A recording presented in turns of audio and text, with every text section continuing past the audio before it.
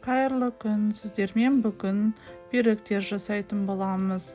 Қамыры өте жұмсақ әрі дәмді болып шығады. Қамыр жасауға кірісеміз. Жылы суға тұз саламыз. Ұнды алдын ала ситадан өткізіп дайындап қойдым. Оның үстіне бір ас қасық сода саламыз. Сөйтіп тұзды сумен жақсылап жұмсақ қамыр илейміз.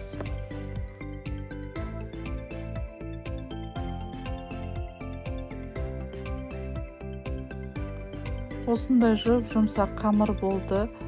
Осы қамырдың бетін жауып 30 минутқа тындырып қоямыз. Қамыр дайын болам дегенше салмасын дайындап қояйық.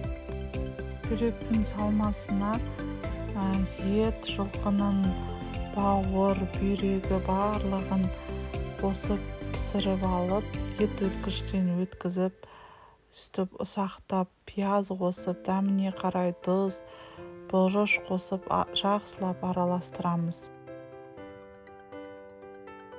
Үстіп дайын болған қамырларды кішкентай бөлшектерге бөліп алып, оқтаудың көмегімен есіп, қамырымыз видеода көрсеткендей орташа болу керек, қалың не жұқа болып кетпесін.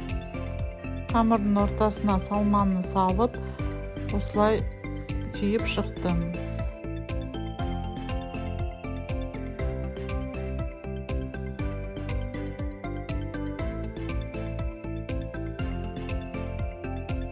Осылай әдемі қылып түйдім.